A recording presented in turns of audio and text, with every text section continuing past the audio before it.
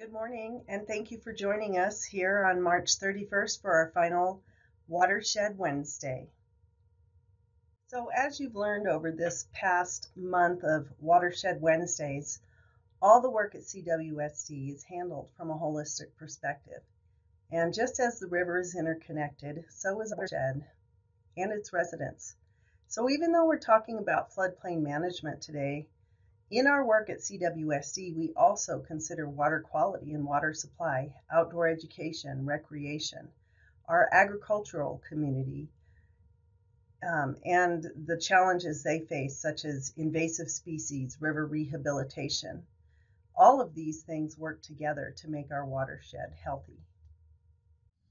As Ben Franklin stated, if you fail to plan, you are planning to fail. That is why CWSD created its Watershed Floodplain Management Plan in 2007. It was most recently updated in 2018, and we consider it part of the Carson River Watershed Adaptive Stewardship Plan. Within the Floodplain Management Plan, it utilizes what we call a living river approach, which recognizes the importance of the river's natural floodplain form and function with various land uses to reduce flood damage impacts in the Carson River watershed. And I definitely recommend you go back and listen to John Coburn's March 17th presentation about the importance of these open floodplain lands. It's a really excellent background and justification about the importance of these lands. And of course, the information about this plan and the benefits to the counties is also listed on this slide. And this planning pays off. I really like this information provided by the National Institute of Business Sciences. Basically, for every dollar spent on hazard mitigation, communities and businesses save $6 that would have been lost in disaster. So CWSD leverages that mitigation funding so counties can hold on to their dollars.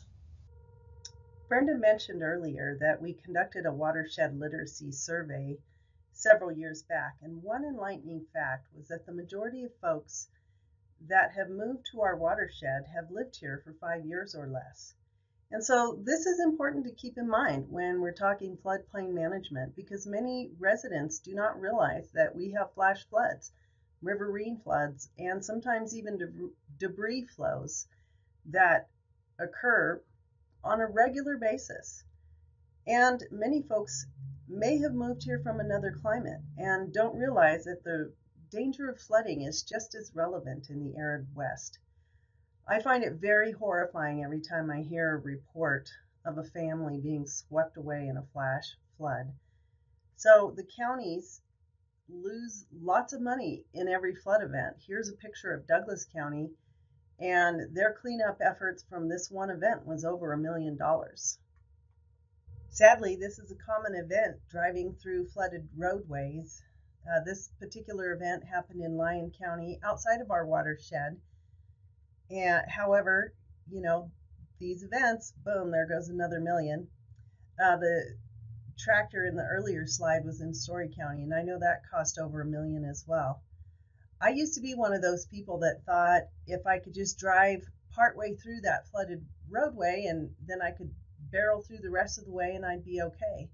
But now I know that the majority of flood deaths actually occur in cars by people who think the same way I did. In a short time, a seemingly small flood can do millions of dollars in damage.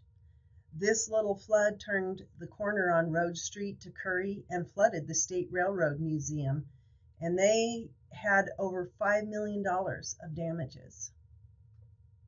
Of course, the economic impact of flooding increases exponentially when major highways are closed.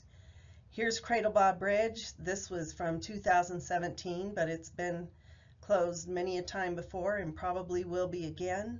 Highway 50 in Lyon County was closed because of flash floods in 2014 and 15. We've had debris flows above Topaz Lake, which have closed Highway 395 in South Douglas County. And I know that in 2017, Churchill County had closed its major highways so that it could upsize the culverts to pass the massive amount of water through their system. That is why CWSD's Floodplain Management Plan utilizes these 8 strategies to lessen flood hazards. Number 1 is to protect the natural floodplain functions and values. You see the open floodplain lands here in the 1997 flood. And in the Carson River Watershed counties in Nevada, those 5 counties experienced $29 million in flood damage. And this is in contrast to the $500 million that was experienced in Reno and Sparks in the Truckee River Watershed during that same event. And they've spent an additional $500 million in the 20 plus years since to try to lessen that flood damage, because as it turns out, the floodwaters did not get the memo and do not get the memo that they're supposed to stay in the channelized river. I don't want to bore you to death with the boring details of and list these projects, but I did think I would share some cool graphics that come along with some of these great flood projects. This is one of the pictures from our physical map revision in the Carson Valley. There's another physical map revision that's going on. This is from the 2017 flood, and if you notice along the bottom of the bridge, the flashboards are up and that dam is full.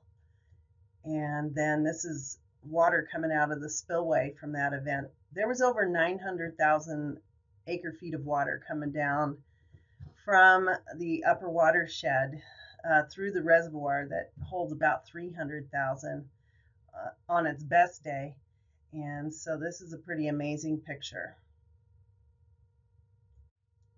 CWSD has been able to conduct several area drainage master plans, and the neat thing about these is not only do they look at what's coming down, but they consider things like what's the soil like, what's the drainage like. A lot of times a flood will happen and then you have these drainage issues that you didn't even know existed until this flood happens. And if that water can't move through the system, then you're going to have some serious flooding, and it's going to be diverted in places that you're not anticipating. And so these area drainage master plans do a really wonderful job of considering the whole picture.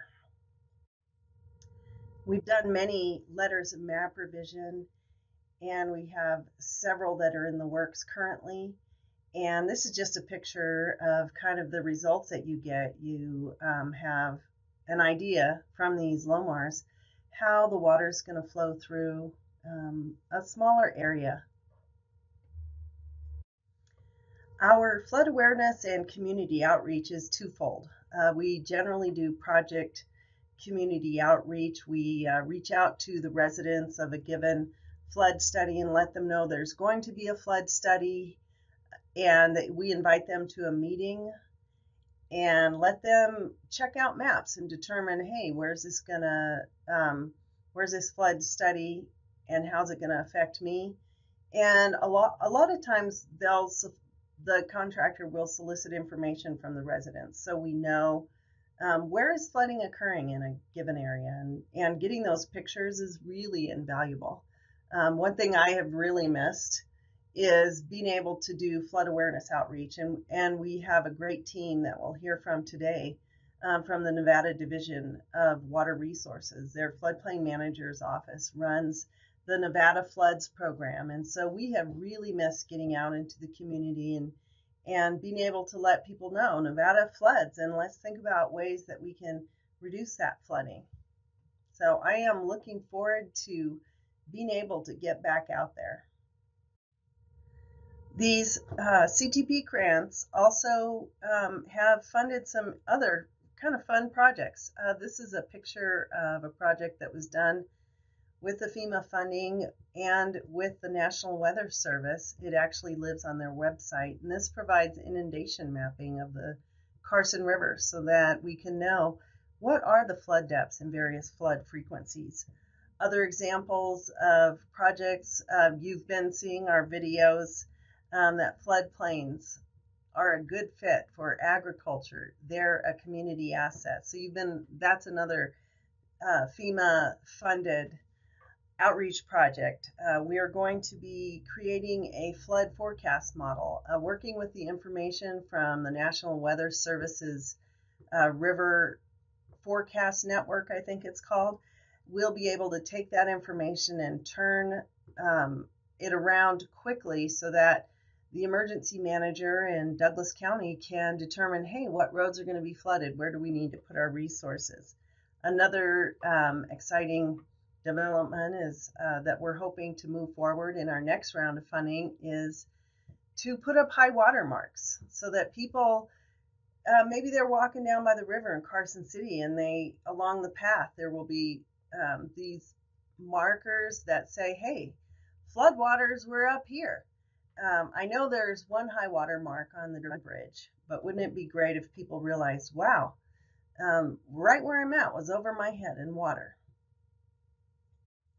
Again, this just demonstrates our Floodplains Are Worth Protecting series. We use that far and wide, as you probably have experienced if you've been at all 5 of our Watershed Wednesday series. We want people to know that those open floodplain lands are something that we don't want to take for granted. So reach out if you have any questions. I will probably refer you to the pertinent floodplain manager or conservation specialist. And I appreciate you joining us today. I hope you enjoy all of the presentations and hearing about the work that's moving floodplain management forward in our watershed. And this picture is from Alpine County on Wolf Creek Road from 2017. They got a lot of debris that came down the road. Thank you for participating in Watershed Wednesday's forum series. We really appreciate all of the great speakers and the time that they put into these presentations, as well as all the people in our watershed who work to make our watershed a wonderful place to live and work. So thanks again for all that have joined and participated. We really appreciate you.